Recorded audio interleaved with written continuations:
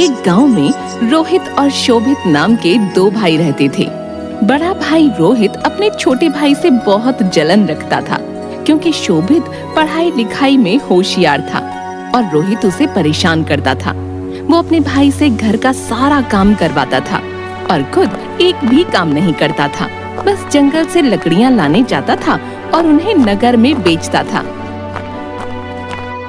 लेकिन उसका छोटा भाई बहुत दयालु था।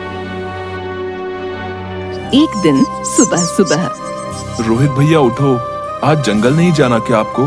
काम के लिए देर हो रही है। उठो भैया उठो। अरे सुबह सुबह क्यों सर पे चढ़े हो?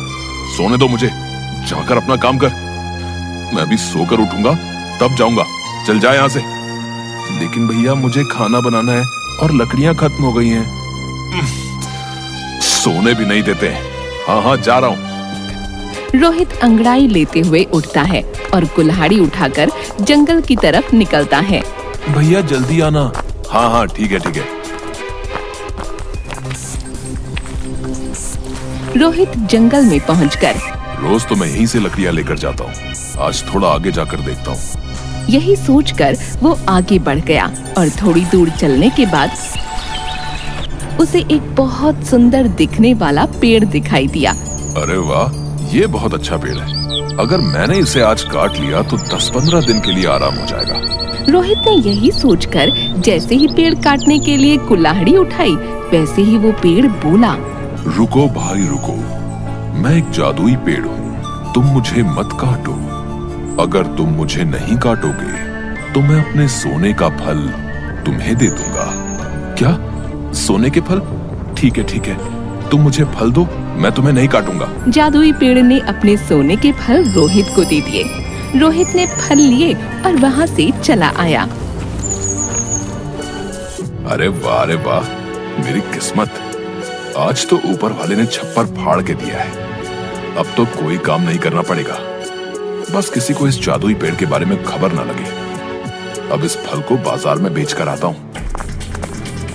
बाजार में रोहित जौहरी की दुकान पर जाकर जौहरी से, अरे जौहरी जी, एक बहुत कीमती सामान बेचने आया हूँ, खरीदोगे क्या?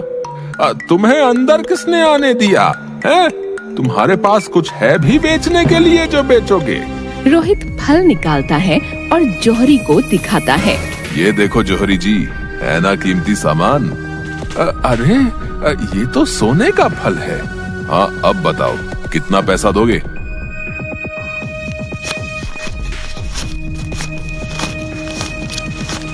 ये लो 15,000 और लाओ ये सोने का फल मुझे दे दो। रोहित जौहरी को वो फल देकर पैसे ले लेता है और घर आ जाता है।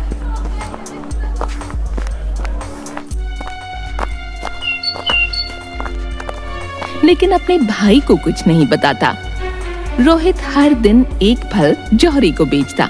एक दिन शोभित अपने भाई से,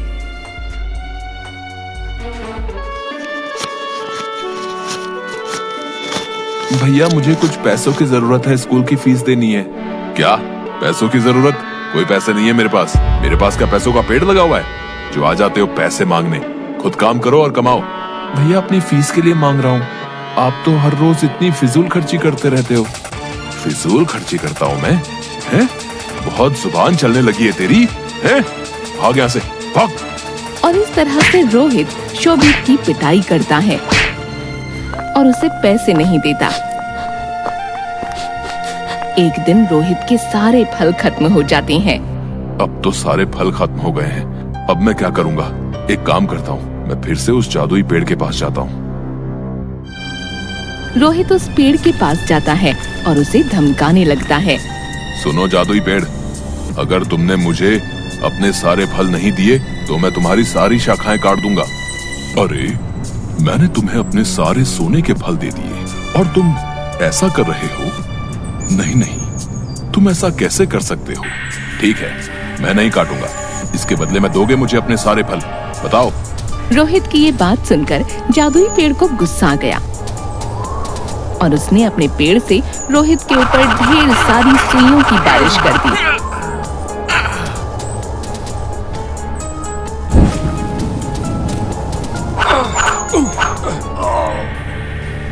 जिससे वो बहुत बुरी तरह घायल हो गया।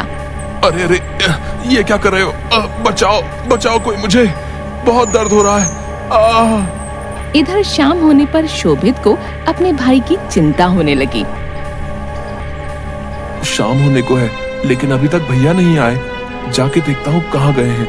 इतनी देर तो कभी नहीं हुई भैया को।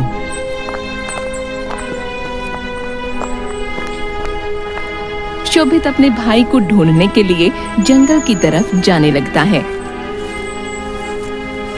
लेकिन उसे उसका भाई कहीं नहीं मिलता, जिसे देख वो बहुत परेशान हो जाता है और जंगल की तरफ आगे बढ़ने लगता है।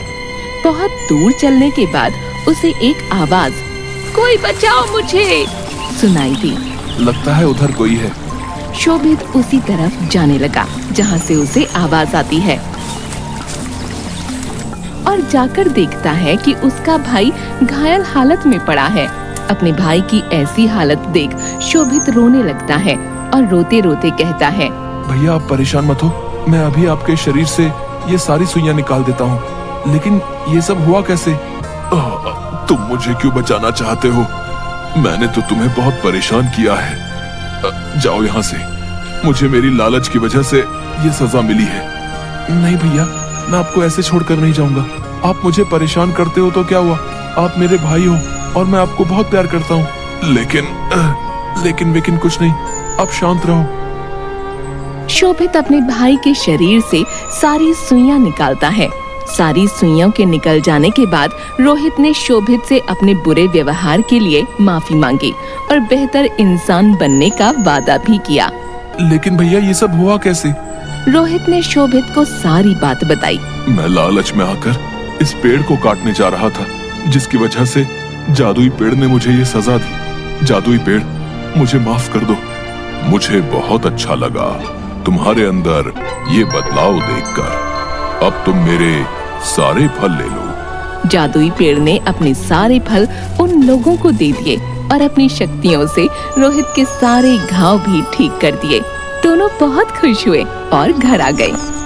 अब रोहित अपने भाई के साथ अच्छा व्यवहार करने लगा और दोनों खुशी खुशी रहने लगे।